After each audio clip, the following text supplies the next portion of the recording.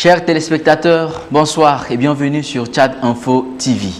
C'est avec un grand plaisir que nous nous retrouvons encore une fois de plus aujourd'hui pour un autre numéro de votre émission Face à Face. Au Tchad, la problématique des attroupements ou sinon des manifestations fait encore problème entre les acteurs politiques, la société civile et le pouvoir public. 1er août 2023, une ordonnance signée par le président de transition Mahamat Idriss Déby Itno relative aux attroupements pose problème. Pour faire le tour de cette actualité, nous avons le plaisir de recevoir sur notre plateau, pour vous et chez vous, M. Soumaïn Adoum, porte-parole de Wakit Tama. Bonsoir monsieur. Bonsoir. Merci de répondre à notre invitation. Merci beaucoup.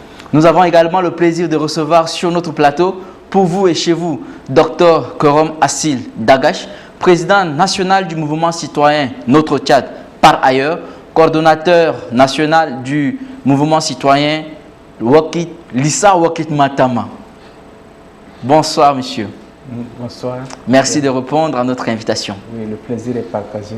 Merci. Je vous le disais tout à l'heure que notre émission aujourd'hui, Face à Face, sera centrée sur la question de l'ordonnance signée par le président de transition ce 1er août 2023. Nous allons tout d'abord, pour commencer, poser une question assez simple et nous allons la poser à M. Soumaïn Adoum. Quelle est la différence qu'il y a entre manifestation et attroupement? Est-ce qu'il y a vraiment une différence? Alors, si on s'en tient aux définitions faites dans le texte, on n'a pas une définition sur l'ordonnance. On n'a pas une définition sur la manifestation. Par contre, ils ont fait une définition sur les attroupements. Donc, étant donné que les attroupements sont définis dans l'ordonnance, on s'en tient donc aux définitions de l'ordonnance. Et donc, ils disent que l'attroupement, c'est le principe que plusieurs personnes se regroupent de façon intentionnelle et que la masse critique qu'il constitue peut représenter une certaine menace à l'ordre public. J'interprète je ne l'ai pas dit textuellement. D'accord. Maintenant, manifestation, un attroupement est déjà une forme de manifestation normalement. Une manifestation, c'est le principe que une personne peut faire une manifestation, comme un groupe de personnes peut faire une manifestation. C'est l'usage d'un espace public, au sens où la manifestation se déroule sur un espace public. Elle peut aussi se dérouler sur un espace privé, même clos. L'important est que l'activité qui est menée en tant que manifestation consiste à donc occuper un espace public pour une durée donnée et pour exprimer un certain point de vue. D'accord. Et donc c'est l'usage des droits civils, politiques, citoyens qui permet de faire ces manifestations-là. D'accord, merci Soumaïn Adoum. Nous nous tournons vers Dr Korom Assil Dagash. Quelle est la différence qu'il y a entre attroupement et manifestation, s'il en existe bien sûr? Merci beaucoup de l'opportunité que vous m'offrez. Je profite d'abord de l'occasion pour saluer le PDG de Tchad Info, sans oublier également les téléspectateurs. Et bien évidemment, je joindrai ma voix à celle du grand frère pour dire que d'abord, nous sommes sur un terrain juridique et vous savez qu'en matière de droit, comme l'a précisé le professeur Luc Sunjun, que la définition des concepts, plus qu'un simple rituel, est un préalable analytique pour éviter les confusions, les erreurs ou encore les débats inutiles. Voilà pourquoi le législateur, du moins ceux qui ont quand même rédigé cette ordonnance, ont pris la peine de définir d'abord les concepts clés. Et pour ma part, je pense que ce soit l'attroupement ou la manifestation, vise d'abord, s'appréhende comme étant un regroupement ou bien un rassemblement de personnes. C'est comme deux concepts qui gambadent ensemble, mais qui se séparent autour d'un carrefour. À la seule différence qu'on peut faire, c'est que la manifestation regroupe un public assez large et qui véhicule un message au élan revendicatif. Donc voilà la différence que je suis à même de faire par rapport quand même à ces deux concepts clés qui constituent même le tendon d'Achille de ces débats. Merci. Merci, Dr Korom Assil Dagache. Alors, cette ordonnance, bien entendu, a fait polémique et beaucoup d'acteurs politiques se sont exprimés là-dessus. La question que nous allons poser à Dr Korom Assil Dagache, c'est de savoir, est-ce que cette ordonnance vise à restreindre les libertés de manifestation au Tchad? Merci beaucoup. Je pense que cette ordonnance a suivi les normes et la logique telle que voulue par la procédure. Si vous me permettez, je voudrais d'abord faire une analyse rétrospective pour vous expliquer les tenants et les aboutissants de cette ordonnance qui est diversement appréciée par l'opinion publique, dont certains pensent que c'est des mesures qui sont restrictives des libertés fondamentales. Je pense que d'abord, le Tchad, refondu au sortir du dialogue national inclusif et souverain, s'est quand même engagé dans une logique tendant à mettre en exécution les résolutions et les recommandations issues du dialogue national inclusif et souverain. Dans ces sillages, il s'est avéré qu'il y a l'ordonnance 046 barre intérieure sûreté barre 62 du 4 novembre 1962 demeure à nos jours en vigueur. Et vous savez que le contexte a changé. Il serait de bonne loi à ce que cette réforme puisse quand même s'arrimer aux exigences de l'heure. C'est ainsi que le projet d'appui à la société civile, grâce à l'appui au financement de l'Union européenne, avait organisé une retraite à Bakara, une retraite élargie à toutes les forces vives de la nation. Malheureusement, Wokitama n'étant pas là, mais les acteurs de la société civile étaient là. Et à l'issue de ces séminaires de Bakara, les jalons ont été posés, et c'est ainsi que, dans le souci également de veiller à la mise en œuvre effective des recommandations du dialogue national inclusif et souverain, donc la nouvelle ordonnance à laquelle vous venez de faire allusion est venue remplacer celle existante. Mais quand on essaie de voir également les normes sécrétées, je pense qu'en aucun cas, c'est des mesures de police administrative. Et vous savez que c'est tout à fait normal.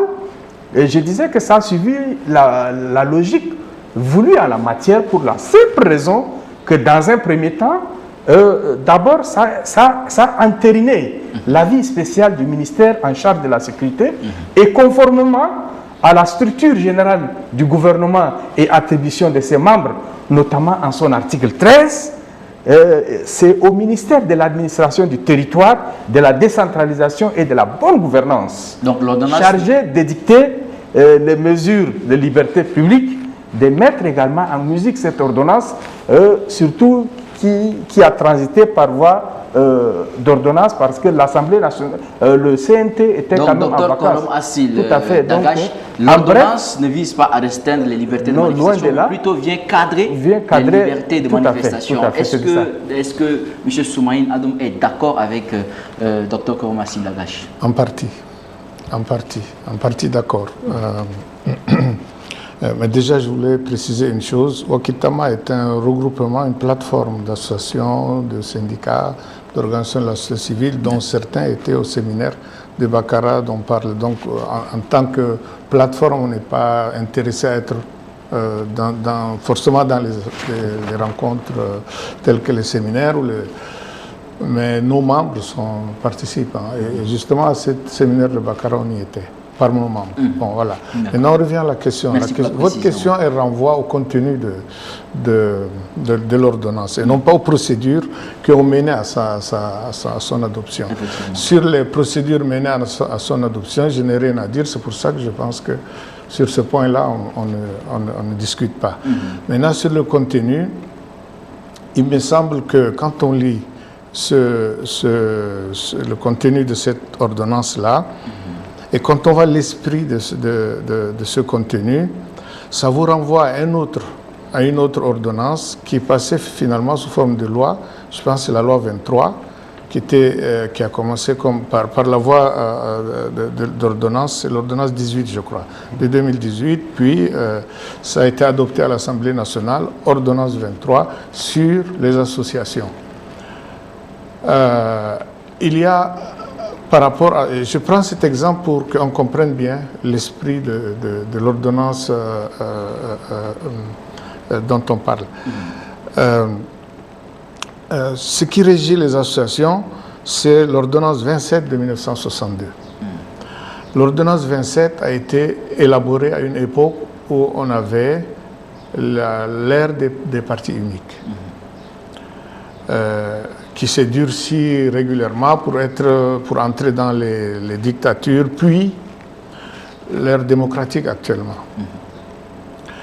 Quand on voit ce parcours-là et qu'on considère que l'évolution politique, sociale du pays a fait qu'on n'est plus entre 2023 et 1962, un écart énorme dans la façon dont l'État fonctionne, dont la gouvernance publique est administrée, la façon dont l'État rend compte de ses engagements, la façon dont il implique les citoyens, etc., il y a une énorme différence.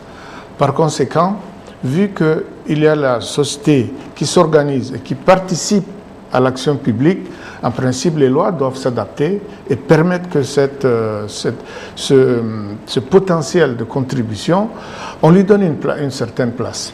Ce qui fait que l'ordonnance 18, la loi 23, elle a été extrêmement restrictive et tout le potentiel de contribution, de participation de la société civile, seulement sur les questions de développement, ont été plus ou moins bloqués. Et le projet d'appui à la société civile en question, il y a eu une telle protestation que le gouvernement a accepté de proposer par le biais de ce projet-là une certaine révision de la loi, et les effets de la loi 23 ont été suspendus. Donc on revient à l'ordonnance 27. Okay? On est à peu près sur le même cas de figure. Sur cette ordonnance-là, je pense que dans l'esprit, on a reproduit l'ordonnance de 62 dont vous parlez, l'ordonnance 43. L'ordonnance 43, elle garde l'esprit de la loi coloniale. C'est-à-dire l'État a un contrôle absolu sur tout. Sur tout. Alors qu'entre 62 et aujourd'hui, le contrôle absolu ne s'explique plus. Il y a une activité politique par rapport à laquelle il y a des partis politiques. Donc la vie politique, elle a été extrêmement modifiée avec l'apparition du pluralisme politique. En principe, quand on a le pluralisme politique, une explosion des organisations de la société civile, et qu'il y a d'ailleurs une disposition dans le comportement de l'État à faire participer ce monde-là, en principe, les lois doivent s'assouplir. À ce moment, les lois doivent s'assouplir. Cette ordonnance, ainsi que celle de 2018, ont plutôt durci la situation.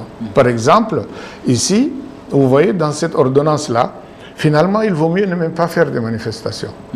Parce que l'État considère que toute faute faite pendant une manifestation sur une place publique ressort de la responsabilité des organisateurs.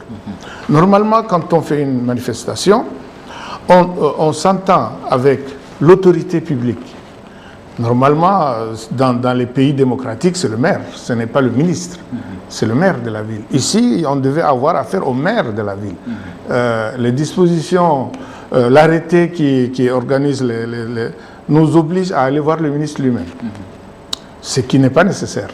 Ça montre bien le niveau de contrôle qu'ils veulent avoir sur le... donc, normalement, lorsqu'on fait une manifestation, on demande que les forces de l'ordre encadrent la manifestation. Mais pour deux raisons. Un, pour anticiper sur le risque de débordement, donc pour empêcher qu'il y ait des risques de débordement. Deuxièmement, pour sécuriser les manifestants. Alors si parmi les manifestants, quelqu'un a une arme, vous savez, hein, si les régimes qui sont autoritaires, en général, ils infiltrent les manifestants pour les accuser après. Dans ces cas-là, ce n'est pas juste. Ce n'est pas du tout juste. Parce que donc, forcément, si on veut manifester et qu'on demande qu'on manifeste pacifiquement, il n'y a aucune raison d'avoir une arme. Alors si quelqu'un a une arme, c'est sa responsabilité à lui. Ça ne peut pas être la responsabilité des organisateurs qui ont un message, qui ne veulent pas passer le message par une arme. Dans ces cas, si on veut passer le message de façon violente, on ne va pas demander une autorisation. On va dans la rue, on devient violent.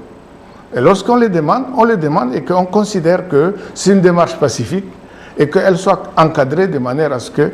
Donc ça veut dire que finalement, quand on voit les différents... la partie où on traite... donc tu vois les dispositions pénales, civiles, quand vous les lisez, s'abstenir de faire toute manifestation. Dans ces cas-là, le contexte démocratique, il s'enfonce. Merci. Qu'est-ce qu'on gagne dans Justement, l'article 2, en deuxième partie, dit que si un attroupement, c'est ce que vous étiez en train de dire d'ailleurs, si dans un attroupement, on retrouve seulement une seule personne porteuse d'une arme blanche, d'une arme à feu ou tout autre objet pouvant servir d'arme de manière apparente, sans être expulsé par les organisateurs ou les autres membres, l'attroupement est dit armé. Votre commentaire, docteur Koromassi.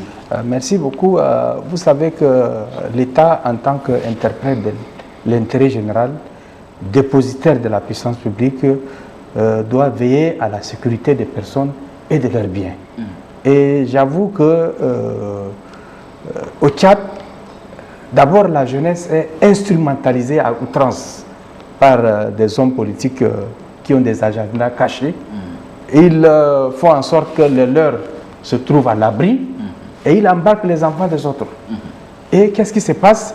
S'il y a, l'expérience a démontré, on avait affaire à des situations aussi cocasses où l'on parle d'une manifestation pacifique, mais vous verrez des gens avec des armes blanches, des machettes, ainsi de suite. Les exemples sont légion et à tel point qu'après, l'objectif assigné ou bien le message qu'on voulait véhiculer, cet objectif débouche malencontreusement sur le sentier des actes de vandalisme.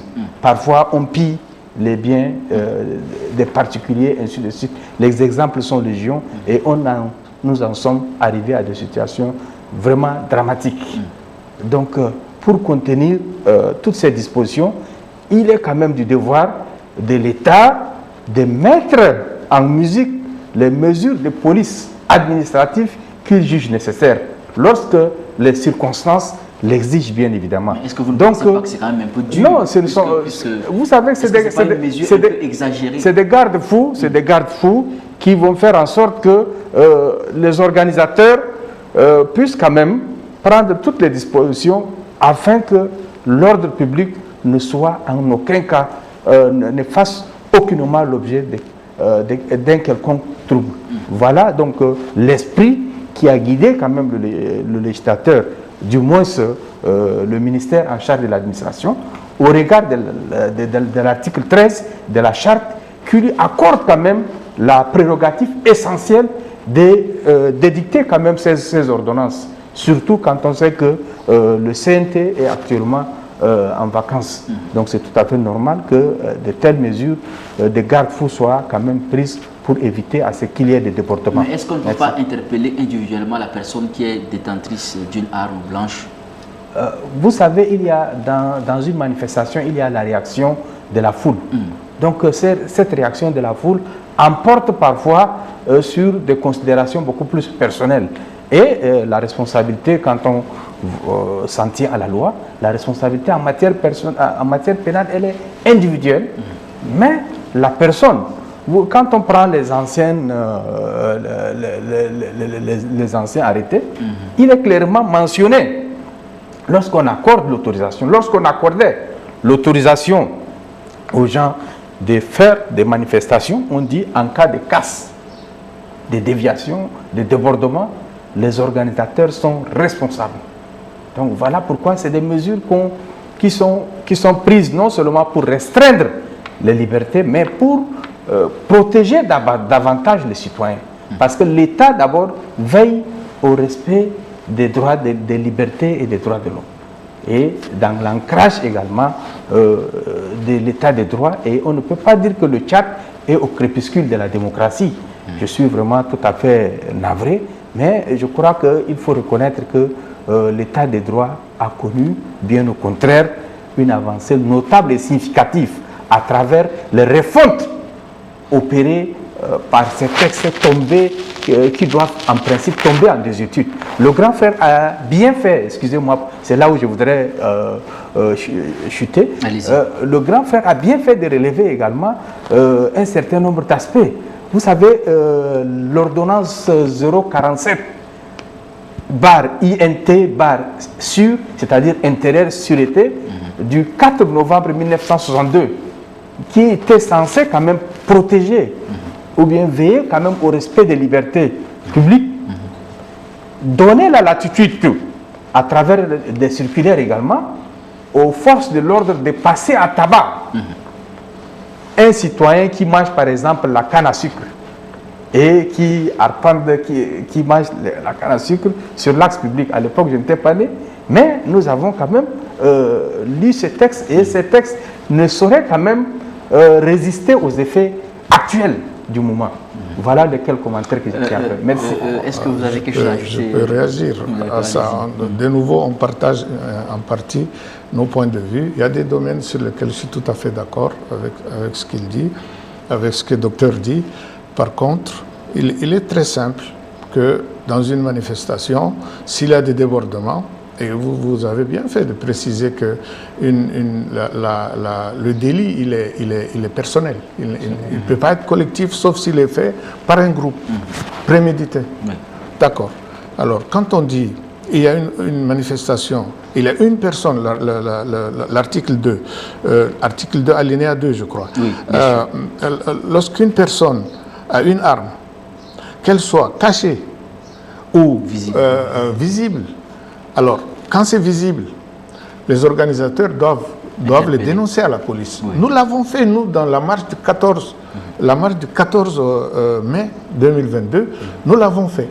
Et on a finalement, les gens armés qui étaient entrés parmi les marcheurs, c'était des agents de police. C'était des agents de police. Ils avaient des armes. Ils n'avaient pas une arme blanche, ils avaient une arme de guerre. Ils étaient des AK-47. Il y avait 4 personnes dans la voiture, ils sont rentrés dans le truc, et ils marchaient. On ne sait pas pourquoi la police les a laissés entrer là. On ne sait pas pourquoi ils sont là. Ils marchaient quand même. Et à un moment, nous avons des cordons et nous assurons nous-mêmes la sécurité. Donc nous participons, et ça on s'est entendu avec le ministère de la Sécurité et avec la direction générale de la police. On s'est entendu sur comment on se partage la responsabilité de la sécurisation de la marche. Les gars sont des agents de police. Hein, vous voyez? Oui. Alors, à supposer qu'il fait un dégât, donc nous sommes responsables. Qui les a envoyés là? Nous, on n'a pas de policiers entre nos mains.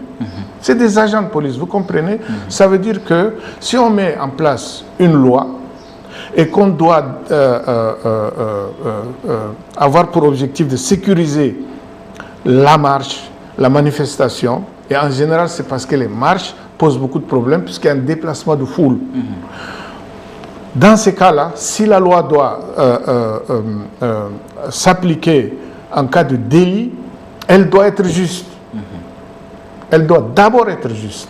Parce qu'il faut dans ces cas identifier qui est le fauteur de trouble et ensuite lui appliquer la loi. Ça veut dire que quand une arme est visible, la police peut l'attraper. C'est ça.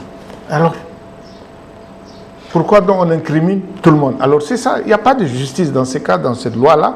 Il va falloir que, si on doit permettre qu'il y ait des manifestations, il faut aussi que d'un côté, que l'État laisse faire les manifestations.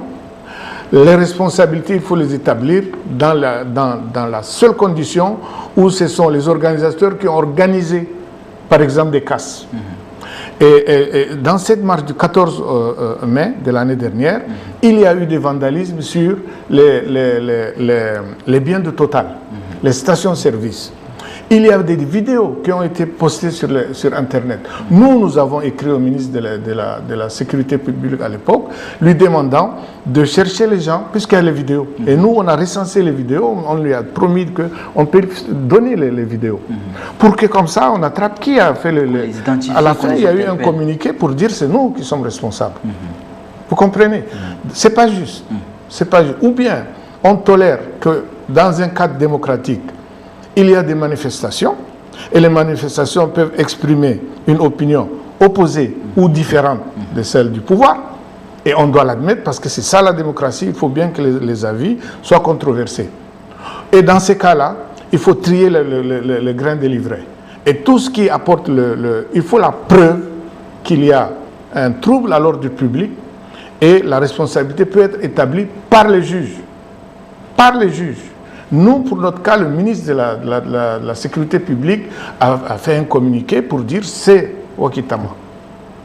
Ce n'est pas le juge. D'accord. Donc vous comprenez qu'on est dans des situations où, si la loi est faite pour qu'on puisse permettre que l'expression démocratique puisse être faite, qu'on permette l'expression démocratique et que les délits doivent être traités selon la loi, mais de façon juste. Parlant justement des manifestations, nous avons assisté au Tchad le 20 octobre 2022 à une manifestation qui malheureusement a débouché sur des violences où il y a eu plusieurs morts dans cette manifestation. Docteur Korom Assil Dagache, qu'est-ce qu'on peut faire pour éviter ces genres d'événements malheureux dans le futur? Ce que regrettent même déjà beaucoup d'acteurs de ces manifestations, que ce soit du côté de l'opposition ou bien du gouvernement, tout le monde regrette cet événement malheureux. Alors, qu'est-ce qu'on peut faire pour éviter ces genres d'événements dans le futur? Merci beaucoup. Je peux vous avouer que les douloureux et malheureux événements du 20 octobre qui ont été également réprimés et qui ont fait des victimes de part et d'autre ne peuvent laisser indifférent tout être humain. Parce que de part et d'autre, ce sont des Tchadiens qui ont perdu la vie.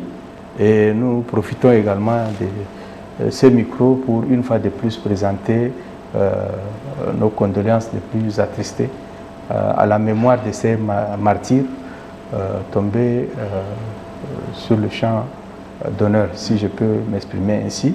Et il n'y a pas que les civils, mais les manifestations donc, ont d'abord également attenté à la vie également des hommes en tenue. Et tout ça, c'est de part et d'autre, c'est des Tchadiens qui meurent. Et pour éviter à ce que de tels événements ne puissent se produire, je pense que nous, en tant qu'acteurs de la société civile, que ce soit Wokitama ou Lissa Wokitmatama, vous savez que nous sommes d'abord avant tout des frères. Ah oui, ça, il n'y a pas de doute. Nous avons un Tchad qui est notre patrimoine commun. Et nous avons cette mission citoyenne de faire en sorte que vraiment nous soyons les objecteurs de conscience. Que le politique ne puisse s'immiscer dans nos activités. Vous êtes un regroupement quand même. Il y a un fourre-tout et là également ça va encore. Bon, c'est un débat auquel je ne voudrais pas entrer là-dessus. Non, vous êtes libre. Mais vous savez que notre objectif est de dire aux parents de ne pas quand même se laisser entraîner par ces politiciens véreux qui ne pensent qu'à leur avenir et en utilisant également les enfants des autres comme chair à canon. Que faire concrètement pour que le 20 octobre ne se répète plus? Il faudrait que les gens respectent les textes de la République. Lorsqu'on adresse une invitation et que l'État interdit la manifestation, il n'y a pas de raison que les gens puissent commencer déjà à faire des casses au petit matin, ainsi de suite. Donc il y a des citoyens qui ont perdu leur vie. Et la paix, la quiétude des paisibles citoyens ont été mises à mal et c'est un événement qu'on déplore pour éviter que de tels événements ne puissent se produire il faudrait que les textes de la République soient respectés et par tout le monde. D'abord par les citoyens et les partis politiques également, et que les jeunes ne se laissent pas également berner par les cantiques de ces hommes politiques. Merci, Voilà Dr Koromassil. Nous revenons à Soumaïne. Monsieur Soumaïne, qu'est-ce qu'il faut faire pour concrètement éviter un autre 20 octobre au Tchad? Bien entendu, le respect de la loi, mais d'abord par le pouvoir public. Le docteur ne l'a pas cité. Les pouvoirs publics doivent, eux, d'abord respecter les textes parce qu'ils sont censés l'appliquer. Donc, ils sont censés mieux le connaître que les citoyens, même si on dit nul n'est censé ignorer la loi. Ceux qui l'appliquent sont encore plus censés ne pas l'ignorer. Deuxièmement, ils sont censés avoir de la retenue pour ne pas arriver là. Les citoyens sont morts parce que l'armée a tiré, parce que les forces de l'ordre ont tiré. Les manifestants n'ont pas d'armes à feu. Et il y a eu des morts par arme à feu. Qui a tiré? C'est les forces de l'ordre. Pourquoi on en est arrivé là? Quelqu'un a donné l'ordre de tirer. Mais de l'autre côté, on dit aussi que les manifestants étaient armés. Le Premier ministre a dit que c'est une insurrection armée. Et le docteur a cité tout à l'heure que parmi les militaires, il y a eu des morts. Les rapports qui ont été faits, y compris celui de la CNDH, a dit qu'il n'y a pas, on n'a pas trouvé de traces des militaires qui sont morts. C'est cité dans le rapport. 4 rapports sont sortis. Il n'y a pas un qui dit qu'il y a des militaires qui sont morts. Il y a des commissariats qui ont été saccagés, oui. Au 9e arrondissement, le commissariat du 9e a été saccagé. Très bien. Qui est le militaire qui est mort? C'est qui? Son nom, son grade, son numéro matricule, sa famille, il est dans quelle unité? C'est la preuve qu'il est mort. Il n'y en a pas eu. 4 rapports n'ont pas réussi. Celui de Human Rights Watch avait clairement mentionné qu'ils ont demandé par écrit au ministère de la Sécurité publique de donner la liste des militaires qui sont des agents des forces de l'ordre qui sont morts, qui ont été tués par les manifestants selon le gouvernement. Il n'y a pas eu de réponse. Donc la question des manifestations dépend d'abord de la retenue des forces de l'ordre. Deuxièmement, ça dépend quelle est l'intention des manifestants. Si les organisateurs ont une intention de nuire, ça se voit à la première heure. Ça ne se voit pas au milieu ou à la fin. Ça se voit dès la première heure et les forces de l'ordre sont censées prendre les dispositions pour contrecarrer cela. OK?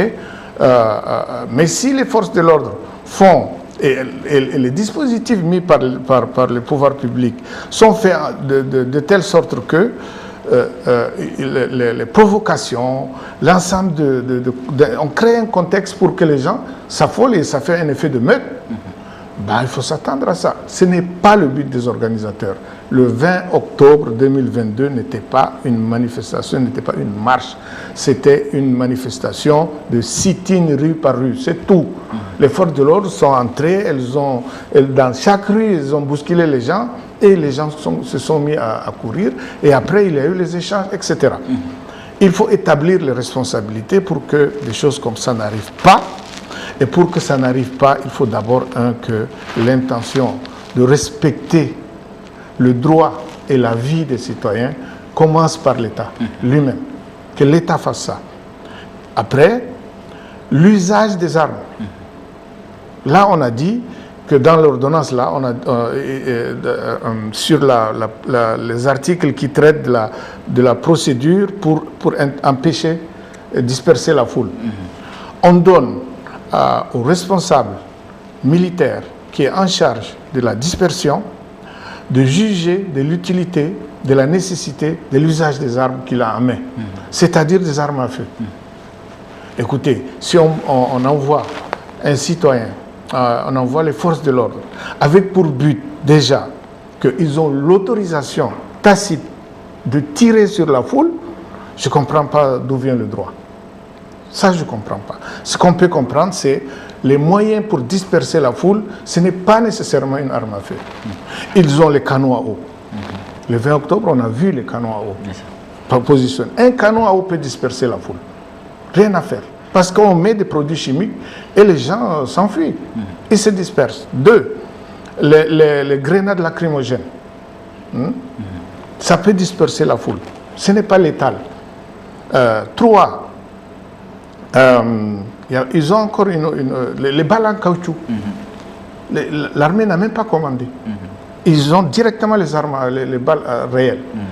C'est une intention de tuer. Mais si les citoyens ne peuvent pas s'exprimer, et que même s'ils font une faute, ce que dit la procédure légale, c'est de les envoyer chez le juge, et non pas de les tuer. Donc le principe, déjà dans cette ordonnance, le principe de laisser l'officier en charge de la dispersion de la foule qui intervient, de juger de la nécessité d'usage des armes à sa disposition, ça veut dire que s'il a une arme à feu, il juge de l'usage, de l'utilisation de cette arme à feu. Ce n'est pas normal. On doit mettre les militaires, enfin les forces de l'ordre, en nombre suffisant pour dissuader la foule et utiliser les moyens pour disperser la foule. Et non pas tirer. Mais le Tchadien a droit à la vie. On ne peut pas lui tirer comme ça parce qu'il manifeste. Merci Soumaïn Adoum. Merci pour votre analyse. Soumaïn Adoum dénonce l'usage excessif de la force lors des manifestations. Qu'est-ce que vous en dites? Bon, je crois avoir déjà répondu à cette préoccupation et comme il l'a si bien relevé au passage, il faudrait que les textes de la République soient respectés. Si les organisateurs se sont tenus au mot d'ordre du ministère de la Sécurité interdisant la marche, je crois que nous n'allons pas en arriver à cette situation-là. Parce que c'est des jeunes qui ont été endoctrinés, formés, téléguidés pour faire des casses. Vous en avez la preuve? Et là, moi, d'abord, j'ai eu à présenter mes condoléances aux familles des victimes. Oui, parce que d'accord, montrez au moins la preuve. Vraiment, j'avoue que c'est des choses comme ça. Donc, sur les réseaux sociaux, on assiste également à un enchaînement des thèmes axés sur la violence, si bien que nous sommes en train d'égratigner encore la croûte, malheureusement, de cette plaie mal cicatrisée. Et je pense que pour éviter à ce que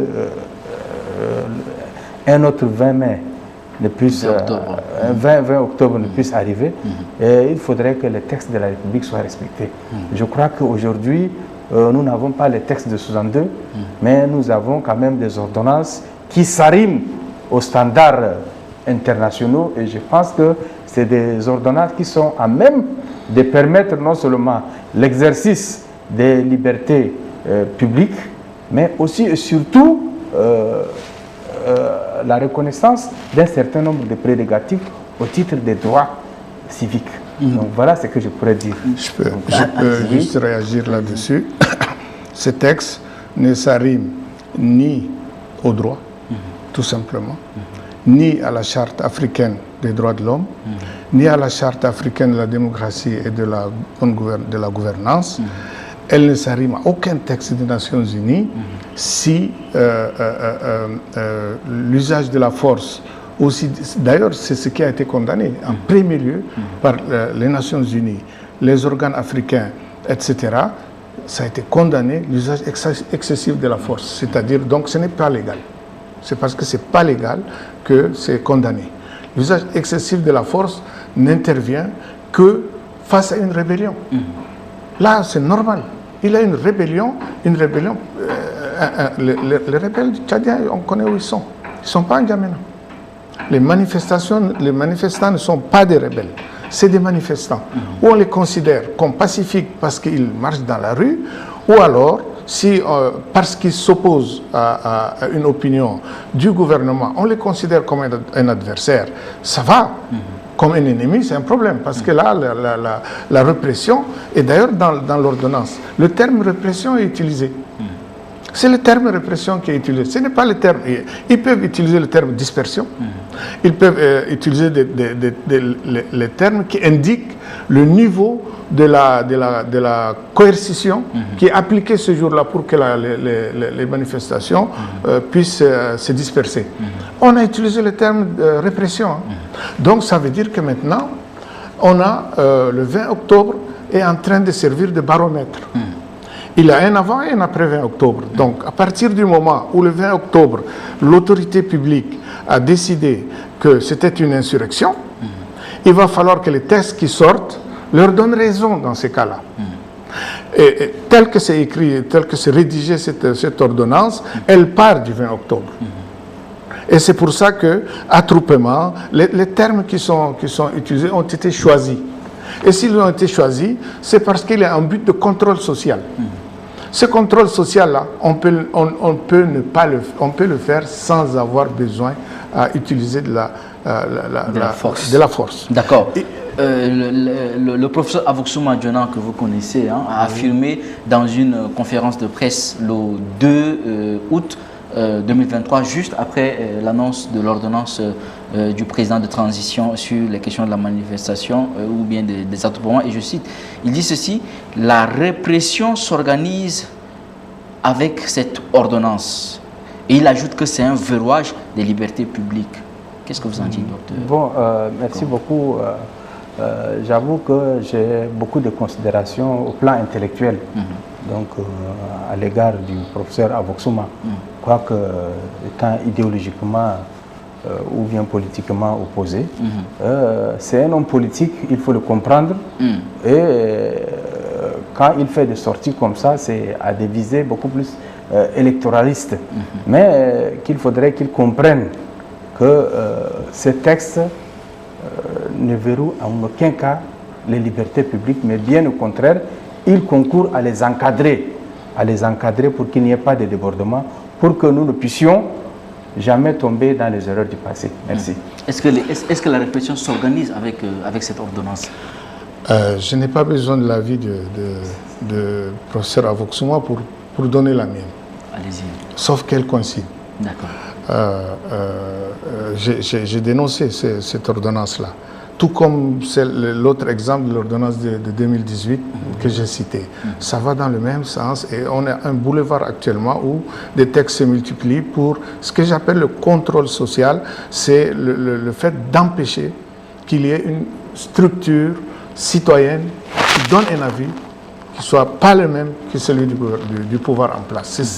C'est ça l'enjeu. Et donc, par exemple, nous, à Wakitama, ils disent, vous êtes des opposants. Ben non. Ben non, ils se trompent largement. Nous ne sommes pas les opposants de M. Kaka. Nous, on milite pour une autre république. C'est le président de transition. Voilà. Oui. Merci beaucoup. C'est par habitude. Tout le monde dit Kaka. Non, donc, non. Oui, excusez-moi, mais ça arrive. Ça arrive qu'on dise, monsieur. C'est la charte de transition. Oui, s'il vous plaît. Mais je l'ai dit, mais voilà, je ne lui manque pas de respect en disant ça.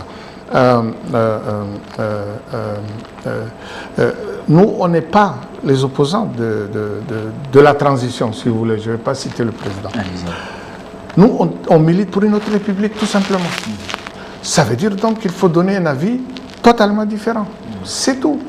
Et donc, nous traiter d'opposants, c'est déjà se tromper de cible. Ça, c'est un. Deux, c'est refuser qu'il ait une autre idée, une autre opinion. Ben, nous, depuis que la transition a commencé, le nombre de propositions qu'on a envoyées au président de la République, au Premier ministre, au ministre de la Réconciliation, au ministre de la Sécurité publique, c'est incalculable. C'est incalculable. J'ai dit c'est incalculable.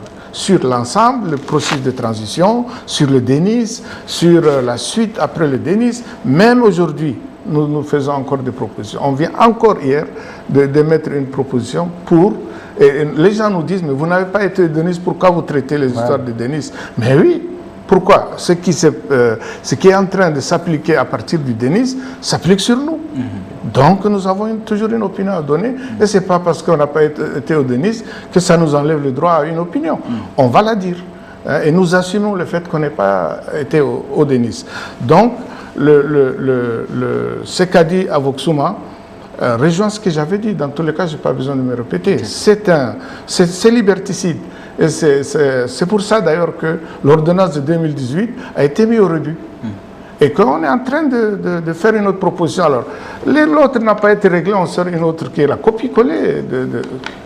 Ce n'est pas normal. Merci, M. Soumaïne. Dans l'article 20 ans de cette ordonnance, dont nous sommes en train de parler, il est question de complicité, d'attroupement et ça vise notamment les imprimeurs, les gens qui détiennent les imprimeries, les afficheurs, les graveurs, sinon les distributeurs, etc. Et est-ce que cela n'entache pas leurs prestations de services, puisque si on part sur une base simple, ce sont des entrepreneurs qui ont leur institution, ils font des prestations de services à tout le monde. En quoi est-ce qu'ils sont complices d'une manifestation ou bien d'un attroupement quelconque s'ils offrent leurs services? Est-ce que cela n'entache pas leur activité? Docteur M. Soumaïne Adam. Ah, ok. Bon, mais ça rejoint les critiques qu'on avait faites. En fait, qui est responsable? L'ordonnance, elle vise 3 acteurs. Ceux qui organisent, ceux qui participent et ceux qui incitent. Si j'ai bien lu l'ordonnance, c'est les 3 acteurs-là qui sont cités. Je ne sais pas où classer les imprimeurs. Parce qu'eux, on leur demande un service.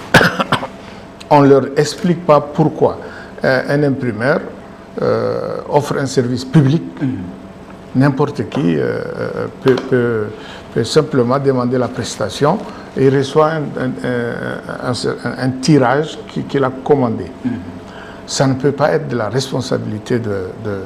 Maintenant, puisque l'imprimeur lit quand même ce qu'on lui donne, si il s'agit de textes qui appellent à la révolte, il est bien entendu qu'il est un complice. Si le texte appelle à la rébellion et qu'il l'imprime, il est complice de la rébellion. Mais qu'est-ce qu'on appelle complicité à une manifestation pacifique? Qu'est-ce qu'on appelle une complicité à une manifestation mais M. Soumaïne Adoum, pacifique, c'est vous qui le dites. De l'autre côté, on ne dit pas que c'est une manifestation pacifique si déjà ça dégénère et que ça amène la violence. Alors, si ça dégénère, ceux qui ont fait la violence, la police est là pour les arrêter. Et ils doivent répondre de leur acte. Et ne pas le mettre sur le dos des organisateurs. Si l'organisateur a fait sciemment, on le prend aussi et le juge est là pour trancher. Mais que systématiquement, il y a débordement et c'est systématiquement l'organisateur qui est fautif, ben on l'accuse en plus parce que ça n'a même pas besoin que le juge tranche, parce que la loi d'avance dit qu'il est fautif et il est donc responsable. Merci Soumaïne. Nous revenons à Dr Korom Assil Lagache. L'article 21 qui touche directement les prestataires de services d'imprimerie, des afficheurs ou alors des graveurs. Qu'est-ce que vous en dites? Bon, je crois que l'article 21 de la dite ordonnance a sa raison d'être. Et le grand frère Soumaïne a également en partie conforté les bien fondés de cette ordonnance qui doit s'appliquer erga omnes, étant entendu que nul n'est au-dessus de la loi. Donc, les discours de haine s'enchevêtrent et les patriotes doivent quand même se déchaîner pour dire non. Et c'est un appel citoyen lancé à l'endroit de ces prestataires de services. Quand les gens viennent pour éditer des banderoles, les banderoles qui contiennent des messages de haine, d'incitation, d'incitation à la révolte, tout ça, ils doivent purement et simplement refuser d'imprimer, faute de quoi la loi va s'appliquer dans toute sa rigueur. Et je me rappelle très bien, il arrive des fois où les gens vont imprimer certains banderoles ici à Kousséri, juste pour contourner les textes. Mais cette fois-ci, je crois que les imprimeurs sont avertis et, comme je le dis, le mobile qui a poussé les pouvoirs publics à préconiser quand même cette disposition ayant fait l'objet quand même d'une large consultation élargie aux acteurs de la société civile, parce que Wokitama a reconnu également à travers ses démembrements avoir pris également à la naissance même de cette ordonnance. Donc, bon, vous avez quand même pris part au séminaire de Bakara. Effectivement, donc maintenant, les imprimeurs sont quand même avertis et ils doivent quand même respecter les textes. Mais parfois, quand on vient faire une impression, il n'y a pas forcément des messages de haine clairement affichés, mais quand même, on peut faire une banderole sur laquelle on écrit manifestation de telle date. on dit manifestation en date de tel, sans toutefois véhiculer un message de haine. Mais maintenant, si la manifestation dégénère sur le terrain, en quoi est-ce que l'imprimeur est complice de façon directe? Bon, de toutes les manières, je crois que vous avez également évoqué un aspect en disant que cela va également avoir des répercussions sur leur activité jusqu'à obérer même les bénéfices réalisés. Oui. Je ne pense pas. Je ne pense pas parce que cette nation, la construction d'un pays est l'œuvre de tout le monde, y compris également de ces imprimeurs qui doivent quand même évoluer dans un environnement propice à l'éclosion du monde des affaires. Oui, tout à fait. Y compris Okitama. Okitama, bien sûr. Donc, Okitama, ainsi de suite. Donc, ces imprimeurs, vous savez que rien ne vaut la paix. La paix aujourd'hui, Dieu merci, Dieu préserve jusqu'à maintenant le Tchad du chaos. Nous sommes en quelque sorte un îlot, pour quand même reprendre l'expression d'un contemporain. Nous sommes un îlot de paix dans un océan d'insécurité. Donc cette paix chèrement acquise nécessite également un certain nombre de sacrifices. Et des sacrifices qui doivent également bénéficier de l'appui de tout le monde, y compris également de nos frères opérateurs économiques et de surcroît les imprimeurs, parce que nul n'est censé ignorer la loi. Voilà, j'en ai fini. Je partage parfaitement ça, juste qu'on établisse le délit, la faute, et qu'à partir de ce moment-là, la justice s'applique. Mais il faut d'abord établir, et là, l'ordonnance, elle anticipe. Et donc, quelqu'un est fiché automatiquement coupable d'avance. C'est ça le problème. Vous savez, vous parlez beaucoup de paix. C'est vrai, on a de la paix. Mais les statistiques des Nations Unies disent qu'on est le 4e pays le plus violent au monde. 4e pays le plus violent au monde. Sur quelle base? Quels sont les indicateurs? Attendez, on ne va pas décortiquer l'indicateur ici. Oui. Lisez le texte, le gouvernement n'a qu'à aussi sortir, parce que je n'ai pas vu de statistiques de l'État qui parle du niveau de violence dans le pays. Donc je ne peux que me référer sur celui qui existe, absolument, qui dit qu'on est le 4e pays le plus violent au monde. Quand on a ça, on doit s'interroger sur ce que ça signifie la paix dans le pays. Il y a deux raisons pour s'interroger. Globalement, on a des forces de l'ordre qui sont violentes. Les forces de l'ordre du Tchad sont violentes. Vous les voyez se promener avec une chicotte qui est utilisée pour frapper sur les chameaux. Ils tapent sur les citoyens. Rien que ça, c'est de la violence. Rien que le montrer comme ça, c'est de la violence. Ce n'est pas autre chose. Ça, c'est un. 2, les conflits intercommunautaires. Combien de personnes sont mortes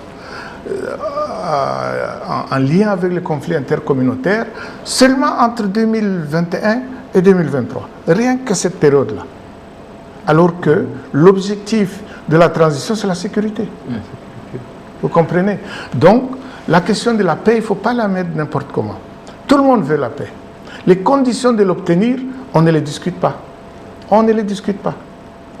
L'État a raison ou toi tu as tort, c'est tout. C'est quelque chose comme ça. Ça, il n'y a pas de paix. Dans ces conditions, on pousse les gens au moins à la résistance. Ce n'est pas comme ça qu'on construit une paix. Quand on construit une paix, on redistribue équitablement la richesse nationale. Ce n'est même pas le cas. Aujourd'hui, il y a 71% de Tchadiens qui vivent la pauvreté multidimensionnelle. C'est encore un chiffre des Nations Unies. 7 Tchadiens sur 10 ne mangent pas sa faim, ne s'habillent pas correctement, ne se logent pas correctement. Et l'indicateur, il a plein de variables là-dedans. Pauvreté multidimensionnelle, 71%. C'est pas normal. C'est 3 quarts de la population, quasiment. Ce n'est pas normal. Ça, c'est de la violence.